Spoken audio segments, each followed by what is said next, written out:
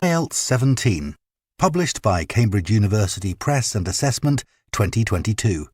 This recording is copyright. Test 1. This is the IELTS listening test. You will hear a number of different recordings and you will have to answer questions on what you hear. There will be time for you to read the instructions and questions and you will have a chance to check your work. All the recordings will be played once only. The test is in 4 parts. At the end of the test, you will be given 10 minutes to transfer your answers to the answer sheet. Now turn to Part 1.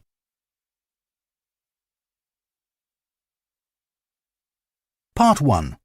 You will hear a woman called Jan phoning a man about their local conservation group. First, you have some time to look at questions 1 to 5.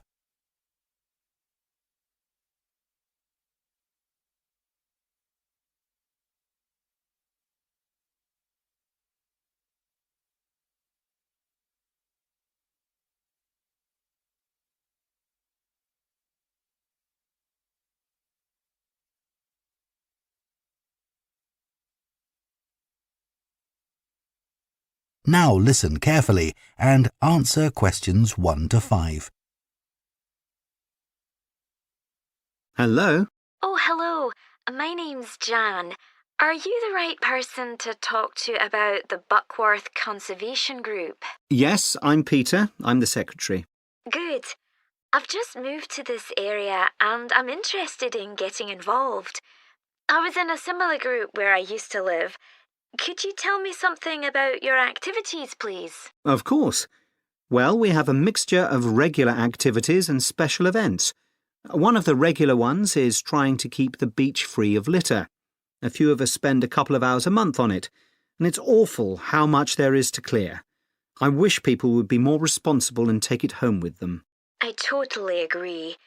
I'd be happy to help with that. Is it okay to take dogs? I'm afraid not, as they're banned from the beach itself. You can take them along the cliffs, though, and children are welcome. Right. We also manage a nature reserve, and there's a lot to do there all year round. For example, because it's a popular place to visit, we spend a lot of time looking after the paths and making sure they're in good condition for walking. I could certainly help with that. Good. And we have a programme of creating new habitats there. We've just finished making and installing nesting boxes for birds to use, and next we're going to work on encouraging insects.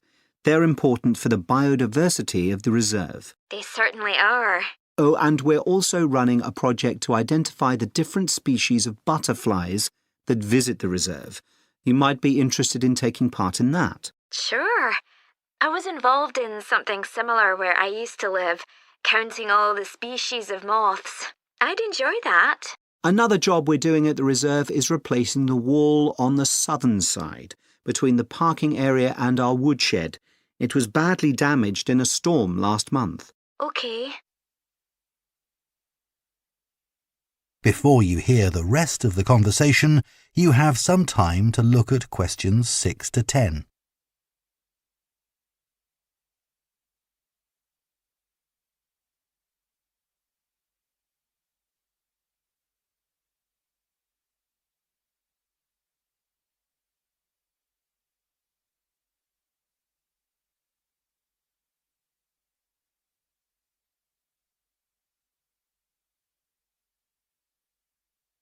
Now listen and answer questions 6 to 10. Then, as I said, we have a programme of events as well, both at the weekend and during the week. Right. I presume you have guided walks. I'd like to get to know the local countryside as I'm new to the area. Yes, we do. The next walk is to Ruston Island a week on Saturday. We'll be meeting in the car park at Dunsmore Beach at low tide. That's when the sands are dry enough for us to walk to the island without getting wet. Sounds good. The island's a great place to explore. It's quite small and it's got a range of habitats. It's also an ideal location for seeing seals just off the coast or even on the beach. OK.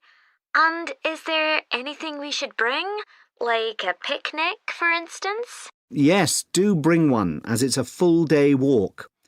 And of course, it'll be wet walking across and back, so make sure your boots are waterproof. I must buy a new pair. There's a hole in one of my current ones. Well, I'd definitely like to come on the walk. Great. Then later this month, we're having a one-day woodwork session in Hopton Wood. I've never tried that before. Is it okay for beginners to take part? Definitely.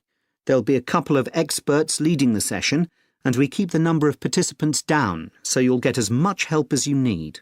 Excellent. I'd love to be able to make chairs. That's probably too ambitious for one day. You'll be starting with wooden spoons, and of course learning how to use the tools. And anything you make is yours to take home with you. That sounds like fun. When is it? It's on the 17th from 10 a.m. until 3. There's a charge of £35, including lunch, or £40 if you want to camp in the wood. I should think I'll come home the same day. Well, I'd certainly like to join the group. It sounds like you've got... That is the end of Part 1. You now have half a minute to check your answers to Part 1.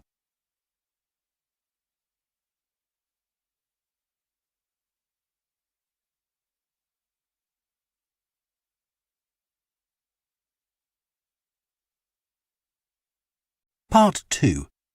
You will hear a tour guide, Lou Miller, speaking to a group of people about a boat trip they are going to take around the Australian island of Tasmania.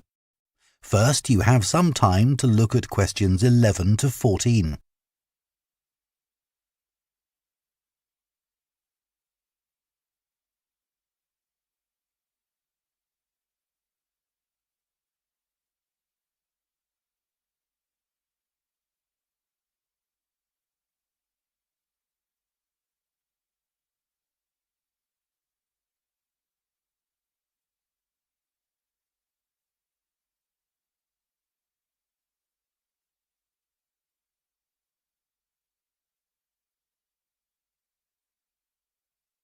Now listen carefully and answer questions 11 to 14.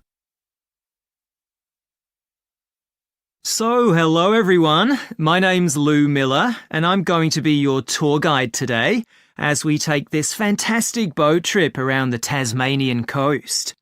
Before we set off, I just want to tell you a few things about our journey. Our boats aren't huge, as you can see. We already have 3 staff members on board, and on top of that, we can transport a further 15 people, that's you, around the coastline. But please note, if there are more than 9 people on either side of the boat, we'll move some of you over. Otherwise, all 18 of us will end up in the sea. We've recently upgraded all our boats. They used to be jet black, but our new ones now have these comfortable dark red seats and a light green exterior in order to stand out from others and help promote our company. This gives our boats a rather unique appearance, don't you think? We offer you a free lunchbox during the trip, and we have 3 types. Lunchbox 1 contains ham and tomato sandwiches. Lunchbox 2 contains a cheddar cheese roll. And Lunchbox 3 is salad-based and also contains eggs and tuna. All 3 lunchboxes also have a packet of crisps and chocolate bar inside. Please let staff know which lunchbox you prefer. I'm sure I don't have to ask you not to throw anything into the sea. We don't have any bins to put litter in, but Jess, myself or Ray, our other guide, will collect it from you after lunch and put it all in a large plastic sack. Before you hear the rest of the talk, you have some time to look at questions 15 to 20.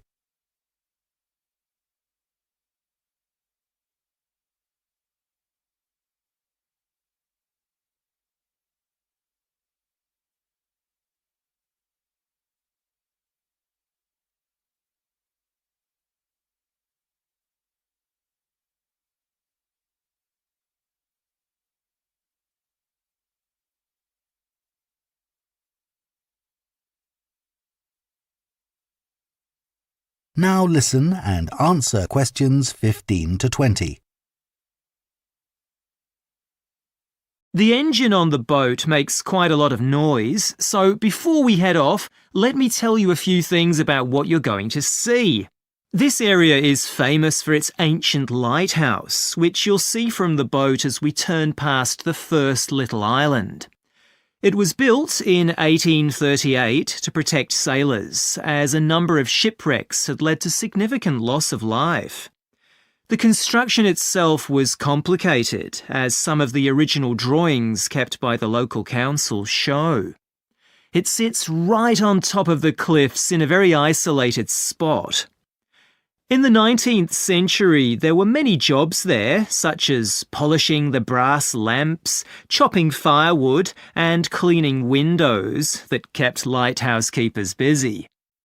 These workers were mainly prison convicts until the middle of that century, when ordinary families willing to live in such circumstances took over. Some of you have asked me what creatures we can expect to see. I know everyone loves the penguins, but they're very shy and unfortunately tend to hide from passing boats. But you might see birds in the distance, such as sea eagles, flying around the cliff edges where they nest. When we get to the rocky area inhabited by fur seals, we'll stop and watch them swimming around the coast.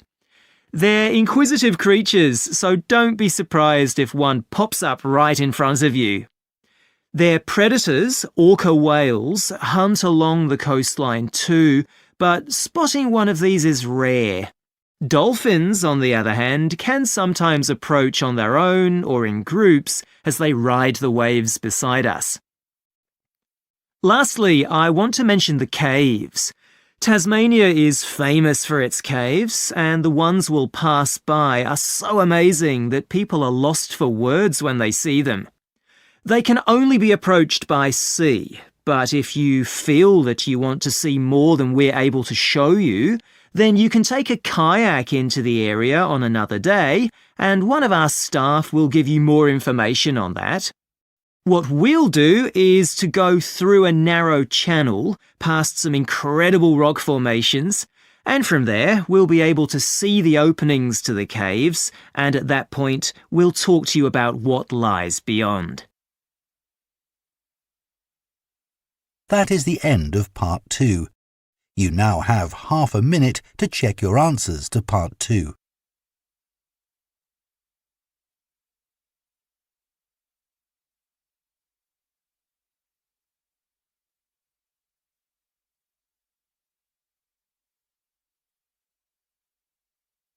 Part 3. You will hear two veterinary science students called Diana and Tim discussing their work placements and their course modules. First, you have some time to look at questions 21 to 26.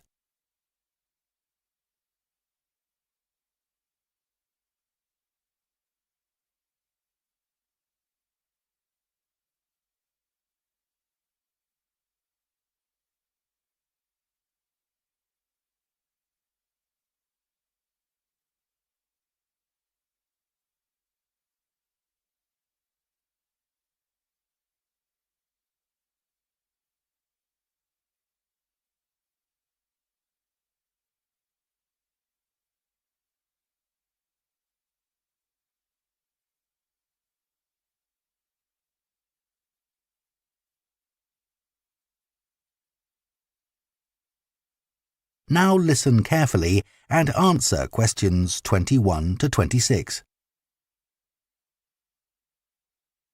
So, Tim, we have to do a short summary of our work experience on a farm. Right. My farm was great, but arranging the work experience was hard. One problem was it was miles away and I don't drive. And also, I'd really wanted a placement for a month, but I could only get one for 2 weeks. I was lucky. The farmer let me stay on the farm, so I didn't have to travel. But finding the right sort of farm to apply to wasn't easy. No, they don't seem to have websites, do they? I found mine through a friend of my mother's, but it wasn't easy. No. My farm was mostly livestock, especially sheep. I really enjoyed helping out with them. I was up most of one night helping a sheep deliver a lamb. On your own? No, the farmer was there, and he told me what to do. It wasn't a straightforward birth, but I managed. It was a great feeling to see the lamb stagger to its feet and start feeding almost straight away, and to know that it was okay. Then another time, a lamb had broken its leg, and they got the vet in to set it, and he talked me through what he was doing. That was really useful. Yes, my farm had sheep too. The farm was in a valley and they had a lowland breed called Suffolks, although the farmer said they'd had other breeds in the past. So were they bred for their meat? Mostly, yes. They're quite big and solid. My farm was up in the hills, and they had a different breed of sheep. They were Cheviots. Oh, I heard their wool's really sought after. Yes, it's very hard wearing, and they use it for carpets. Right. I was interested in the amount of supplements they add to animals' feed nowadays. Like, even the chickens got extra vitamins and electrolytes in their feed. Yes, I found that too. And they're not cheap.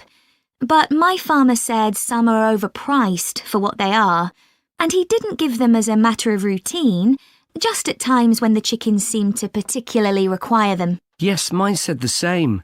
He said certain breeds of chickens might need more supplements than the others, but the cheap and expensive ones are all basically the same. So, did your farm have any other livestock, Diana? Yes, dairy cows. I made a really embarrassing mistake when I was working in the milk shed.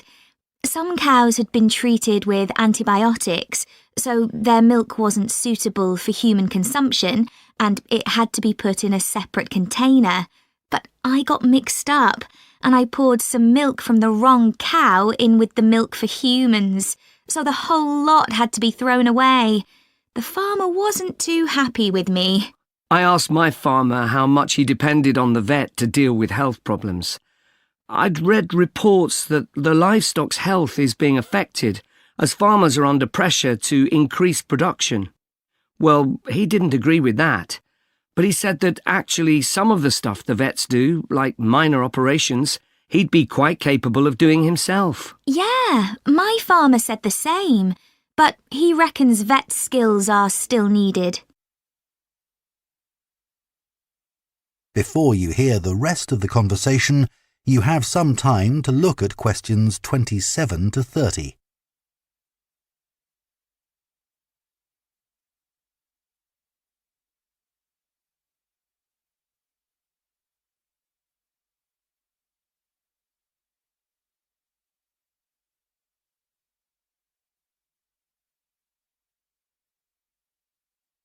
Now listen and answer questions 27 to 30. Now we've got to give a bit of feedback about last term's modules. Just short comments, apparently. Shall we do that now? OK, so medical terminology. Well, my heart sank when I saw that, especially right at the beginning of the course, and I did struggle with it. I thought it'd be hard, but actually I found it all quite straightforward. What did you think about diet and nutrition? OK, I suppose. Do you remember what they told us about pet food and the fact that there's such limited checking into whether or not it's contaminated? I mean, in comparison with the checks on food for humans, I thought that was terrible. I think the module that really impressed me was the animal disease one, when we looked at domesticated animals in different parts of the world, like camels and water buffalo and alpaca. The economies of so many countries depend on these, but scientists don't know much about the diseases that affect them. Yes. I thought they'd know a lot about ways of controlling and eradicating those diseases, but that's not the case at all. I loved the wildlife medication unit. Things like helping birds that have been caught in oil spills. That's something I hadn't thought about before. Yeah, I thought I might write my dissertation on something connected with that. Right. So, actually, I was thinking something along the same lines.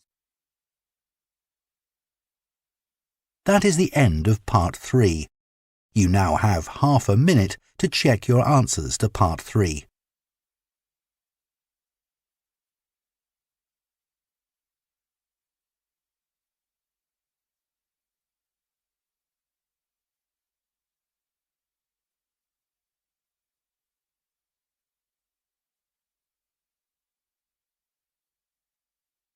Part 4.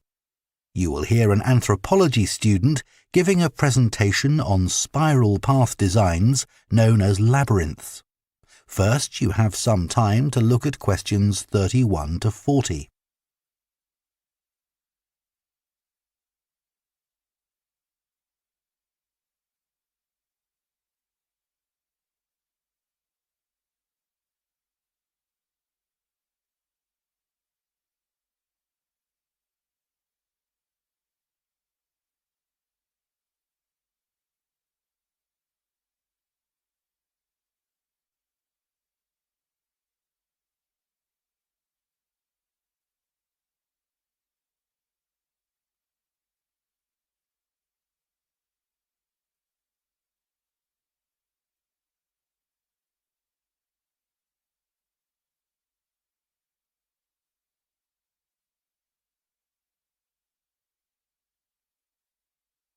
Now listen carefully and answer questions 31 to 40. Labyrinths have existed for well over 4,000 years. Labyrinths and labyrinthine symbols have been found in regions as diverse as modern-day Turkey, Ireland, Greece and India.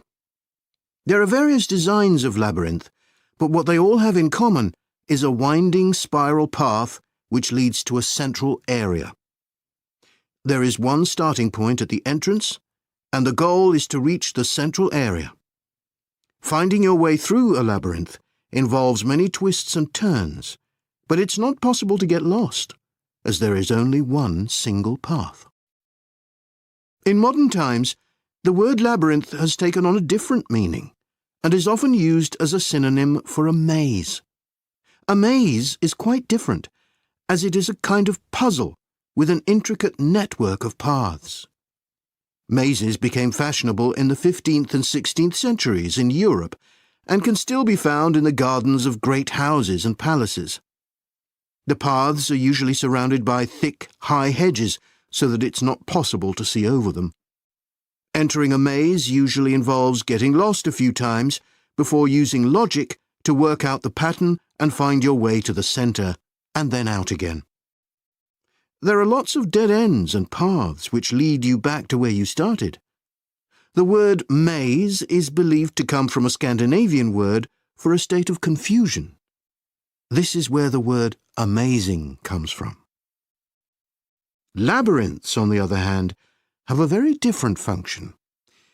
Although people now often refer to things they find complicated as labyrinths, this is not how they were seen in the past. The winding spiral of the labyrinth has been used for centuries as a metaphor for life's journey. It served as a spiritual reminder that there is purpose and meaning to our lives, and helped to give people a sense of direction. Labyrinths are thought to encourage a feeling of calm, and have been used as a meditation and prayer tool in many cultures over many centuries.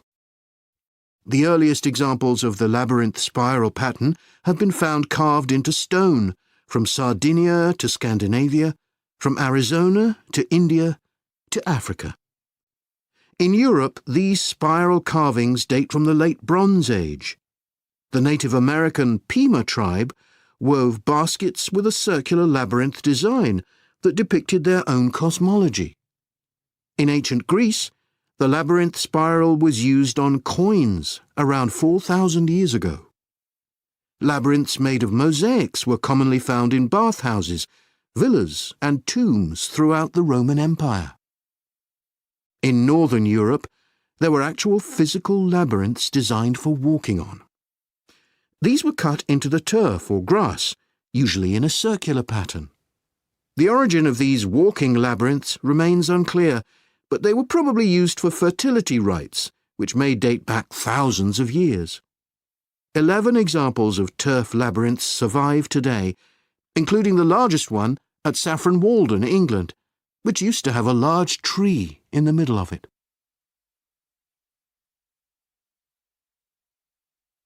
More recently, labyrinths have experienced something of a revival.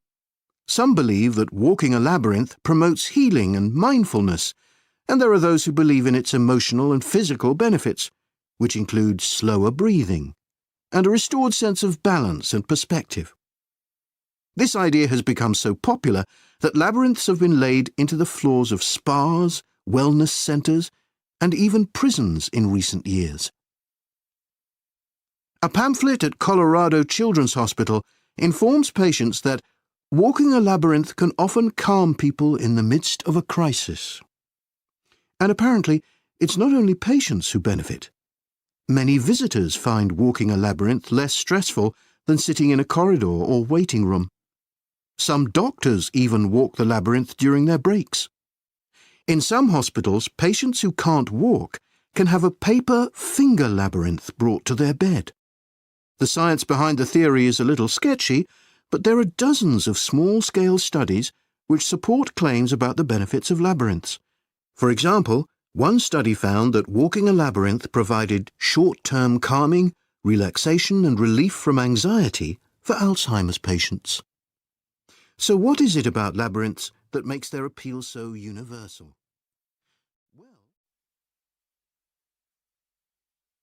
That is the end of Part 4. You now have 1 minute to check your answers to Part 4.